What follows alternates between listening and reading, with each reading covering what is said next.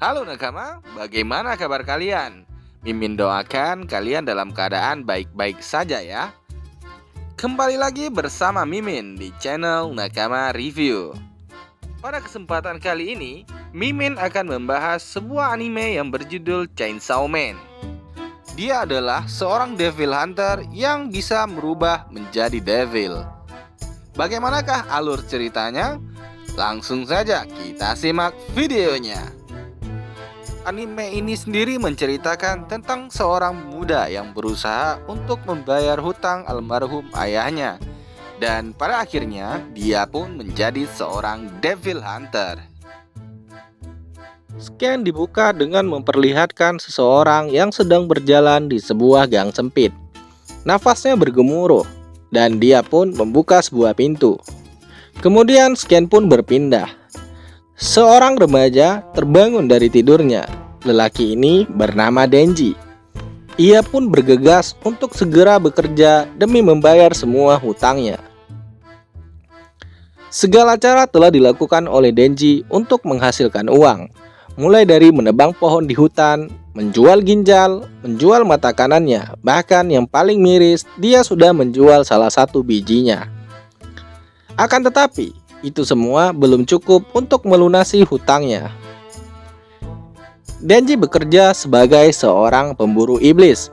Dalam kesehariannya, Denji ditemani oleh Pochita, yaitu iblis gergaji yang menyerupai anak anjing. Misi mereka kali ini adalah untuk memburu iblis tomat. Iblis ini memiliki harga yang lumayan tinggi bila dijual di pasar gelap. Singkat cerita, setelah mereka berhasil membunuh iblis tersebut, ia pun mendapat bayaran. Tetapi setelah dipotong sisa hutang, bunga, biaya informasi, biaya admin, BPJS, uang kuping, uang tutup mulut, dan lain-lain, akhirnya hanya menyisakan sedikit saja. Ternyata, Denji disewa oleh Yakuza demi membayar hutang padanya. Yang sebenarnya itu merupakan hutang mendiang ayah Denji. Bos Yakuza tersebut mengatakan bahwa Denji itu seperti anjing. Apapun yang diperintahkan pasti akan dituruti. Kita kembali ke rumah Denji.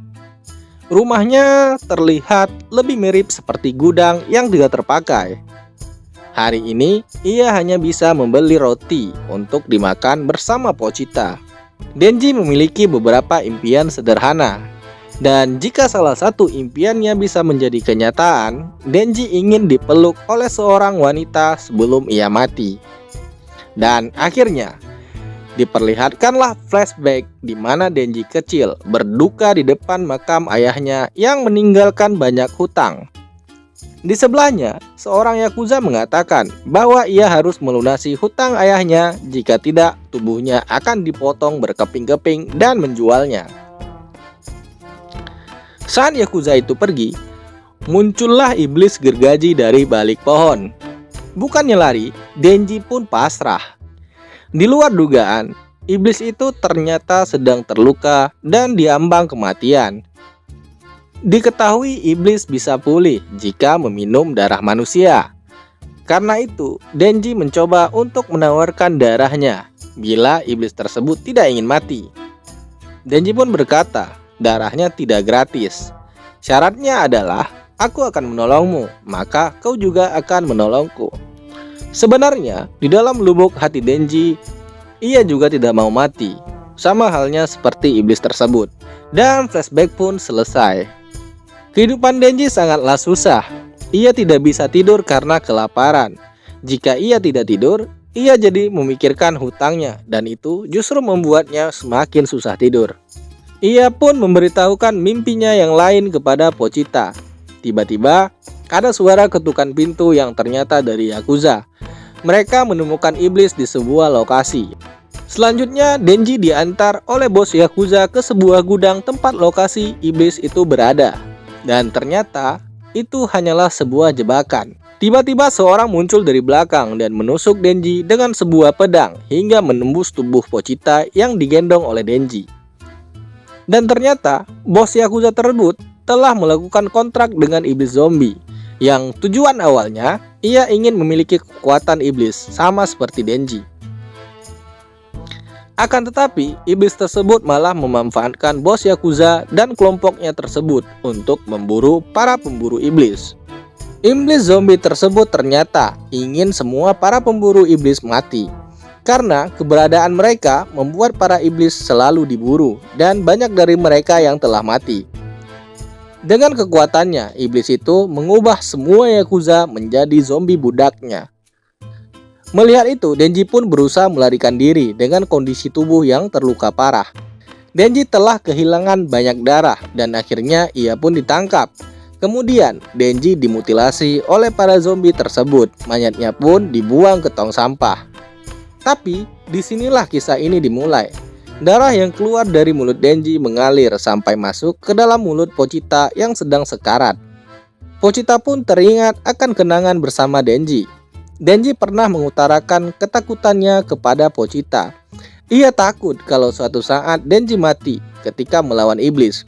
Ia sangat khawatir bila Pochita tinggal sendirian dan hal yang buruk pun terjadi pada Pochita.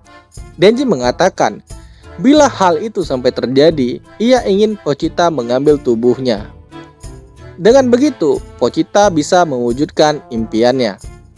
Kembali ke masa sekarang, tiba-tiba tubuh Denji yang sudah dimutilasi tersebut kembali tersambung dan membuat denyut jantung Denji berdetak lagi. Di dalam mimpi, Denji melihat Pochita. Ia bertanya, apakah Pochita sudah mengambil tubuhnya? Dan ternyata di sini Pochita lah yang memberikan jantungnya kepada Denji. Pochita berkata, ia suka mendengar cerita Denji dan mendengar semua tentang mimpi-mimpi Denji. Karena itu, ia tidak ingin Denji mati dan memberikan jantungnya kepada Denji. Sebagai gantinya, Pochita ingin melihat Denji mewujudkan mimpi-mimpinya. Dan akhirnya Denji pun terbangun. Denji pun tersadar kalau semua organ tubuhnya yang telah ia jual seperti mata, ginjal, dan bijinya sudah kembali. Bos iblis zombie yang melihat hal itu pun tak percaya bahwa ia masih hidup. Dia pun memerintahkan semua budaknya untuk membunuh Denji. Denji menarik ekor Pochita yang ada di dadanya, tetapi dia terlanjur dikerumuni oleh para zombie kroco. Dan dia pun dimakan oleh mereka. Kali ini bos zombie pun yakin bahwa kali ini Denji akan mati dimakan. Namun tiba-tiba Denji bangkit dengan wujud iblis chainsaw-nya. Pertarungan epik pun dimulai. Denji langsung menuju ke arah bos iblis dan menyerang mata bos iblis tersebut.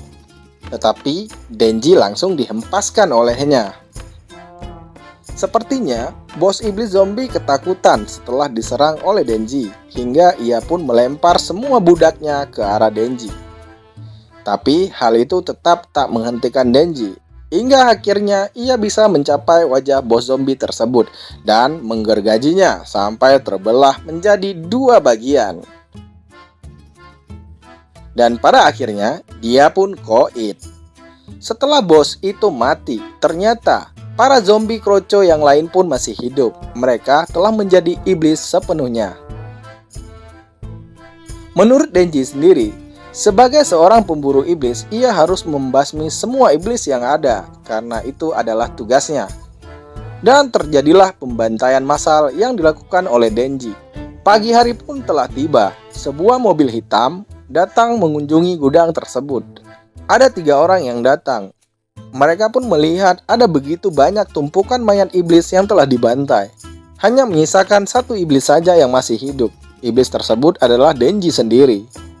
Seorang wanita berambut merah muda, memiliki paras yang cantik dan bodi yang sangat aduhai, datang menghampiri Denji. Wanita itu mencium. Dari aromanya, Denji ini bukanlah iblis, tetapi juga bukan manusia.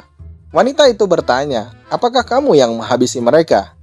Dan Denji pun yang hampir jatuh berkata, peluk aku.